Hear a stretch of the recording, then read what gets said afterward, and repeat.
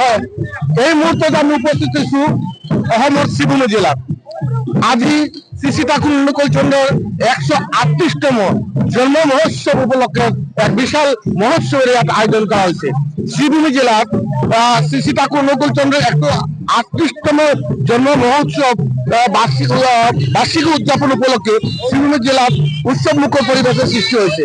এই উৎসবের সমগ্র উত্তর পূর্ব ভারতের সর্ববৃহৎ আয়োজনের মাঝে এক উল্লেখযোগ্য অংশ হিসাবে অন্তর্ভুক্ত করা হয়েছে।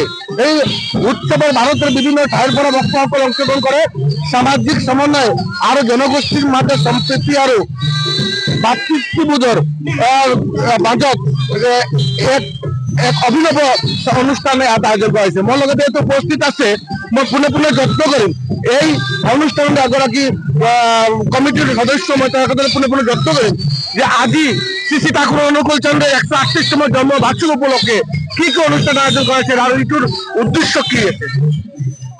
জয়গুরু, আজি আমি সকলে দেখা পাইছো যে ইয়াতে আমার শিবভূমি জিলা অসমৰ শিবভূমি জিলাৰ কৰিমগঞ্জ চহৰত এই মহাবিদ্যালয়ৰ খেলপথাৰত বিশাল আয়োজন হৈছে। ইয়াতে আমি দেখি আছো, আজি যোৱাকালি আমি দেখিলো যে পুৱতি নিশাৰ পৰা ইয়াতে মানুহৰ সমাগম হৈছে।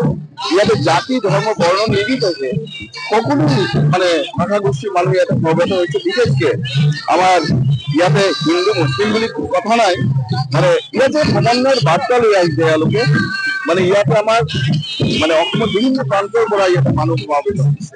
আজি এই যে আপোনালোকে দেখিছে পৰম প্ৰেমময় শ্ৰী শ্ৰী ঠাকুৰৰ যে আসন কুৰ্চি, তাতে আমাৰ ঠাকুৰৰ অৰ্থাৎ শ্ৰী ঠাকুৰ অনুকূলচন্দ্ৰ 138তম জন্ম মহোৎসৱ আমাৰ শিৱভূমি জিলাৰ গুৰু ভাই দাদা মাসকলে ভাই ভনীসকলে সকলো মিলি পেলাই এই আয়োজন কৰিছে।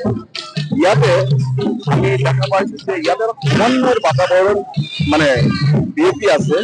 যেনেকে ইয়াতে কোনো ভাষা জাতি বুলি কোনো ভেদাভেদ নাই, সকলো স্তৰৰ সকলো মানে বৰ্গৰ মানুহ ইয়াতে সমবেত হৈছে। এই যে সমন্বয়ৰ বাৰ্তা মানে সামাজিক মেলবন্ধন বা সামাজিক কিছু মানে ভাতৃত্ববোধৰ মানে বাস্তৱ ৰূপ আমি ইয়াতে দেখা পাইছো।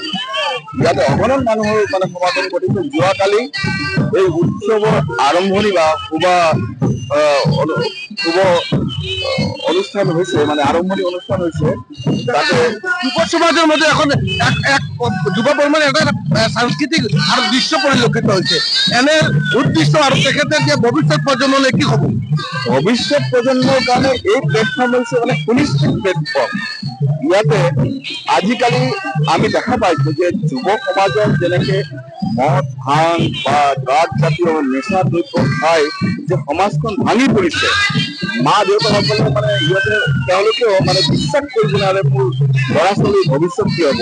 সামাজিক যে অধোগতি চাৰিপিনে বিয়পি আছে, তাৰ মাজত সৎসংগৰ যে আশ্ৰম বা সৎসংগৰ যে প্ৰতিষ্ঠান, তেওঁলোকৰ যে চেষ্টা আৰু আমাৰ আচাৰ্যগুৰু বৰ্তমান দেওঘৰত বাসস্থান দেওঘৰত থাকে।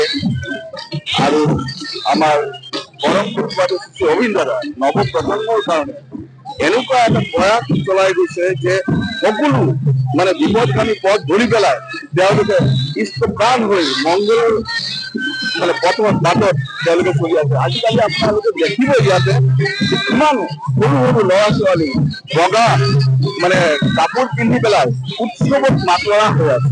তেওঁলোকে কিন্তু মানে অন্য একো বুজি নাপায়, কেৱল ঈশ্বৰ প্ৰেম, মানুহক কেনেকে সেৱা দিব লাগে, মানুহক লৈ কেনেকে চলিব লাগে, কাৰোবাক কিবা বিপদ হৈছে তেওঁলোকে জঁপিয়াই পৰিছে। যোৱাকালিৰ পৰা এনেকুৱা কেইবাটা ইনচিডেণ্ট আমি দেখিলো যে এওঁলোক ইমান তৎপৰ যে সমাজত কাকো কোনো অসুবিধা হবলৈ নিদিয়ে। এই যে প্ৰেৰণা ক'ত পালে? কিমান ৰাজ্যৰ ভক্তবৃন্দ ইয়াৰ উপস্থিতি আৰু বিশেষ কি কি ব্যৱস্থা আছে? আজি আমি ইয়াতে অনুমান কৰিছো নাই কৰি হলেও 30-40 হাজাৰ মানুহৰ এটা সমাগম ঘটিব। আৰু তাতে প্ৰসাদৰ ব্যৱস্থা আছে, ভাণ্ডাৰা বুলি কয়, এই ভাণ্ডাৰাৰ প্ৰসাদৰ ব্যৱস্থা আছে। আৰু গোটেই দিনজোৰা বিভিন্ন মানে বৰবনীয়া সাংস্কৃতিক মানে অনুষ্ঠানৰ ইয়াতে মানে ব্যৱস্থা কৰা হৈছে। আৰু যোৱাকালিও দেখিলো আমি উৎসৱ আৰম্ভণি হল, তাতে তাতে যোৱাকালি দুপৰীয়া মানে শান্তিৰ প্ৰতীক হিচাপে এটা বাইক ৰেলী হৈছে এই চহৰখনত এই শান্তিৰ বাৰ্তা লৈ শুভ সময়ত বাইক ৰেলী কৰিছে বগা কাপোৰ পিন্ধি পেলাই সামাজিকভাৱে এটা মানে প্ৰভাৱ পৰিছে সকলোৱে কৈছে এনেকুৱা কেতিয়াও দেখা নাই তো এই যে মানে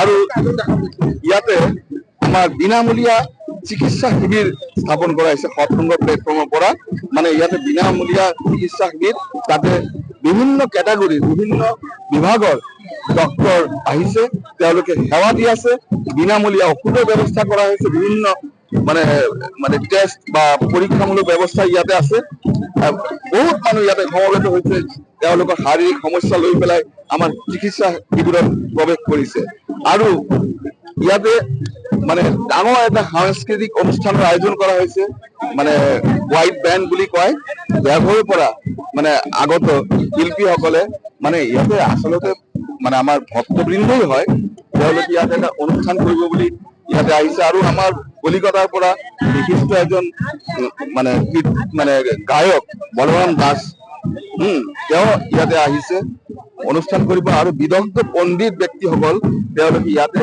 ইষ্ট প্ৰসংগ মানে ঈশ্বৰৰ কথা সামাজিক মানে মানুহৰ কাৰণে কিছুমান মূল্যৱান কথা ইয়াতে আজি তুলি ধৰিব সেই অনুষ্ঠানবোৰ চাবলগীয়া বা শুনিবলগীয়া ইয়াতে এই আশাৰে বহুত মানুহ বাট চাই আছে ধন্যবাদ আপোনালোকৰ মিডিয়া মানুহক যে আপোনালোকে হ'ল বাৰ্তা বাহক যেনেকে বতাহ অবিহনে ভাল কোনো সুগন্ধ মানে বিয়পিব নোৱাৰে ঠিক আপোনালোকৰ এটা ভূমিকা আছে আমি আমাৰ উৎসৱ মানে আমাৰ কমিটিৰ তৰফৰ পৰা আপোনালোকক অশেষ ধন্যবাদ জ্ঞাপন কৰিছোঁ আপোনালোকক ধন্যবাদ জ্ঞাপন কৰিছোঁ দেখা গৈছে আছে উত্তৰ পূৰ্ব ভাৰতে আটাইতকৈ এটা মহোৎসৱ বুলি আমি ক'ব পাৰিম বিভিন্ন প্ৰান্তৰ ঠাইৰ পৰা ভাৰতৰ বিভিন্ন ঠাইৰ পৰা এই সীমান্ত চহৰ কৰিমগঞ্জত আহি ভক্তবৃন্দসকলে জমায়েত হৈছে চিভিৰ পৰা মই কৰোণাদেৱ DNS প্লাছ যিকোনো খবৰৰ বাবে যোগাযোগ কৰক আমাৰ এই নম্বৰত 9181 307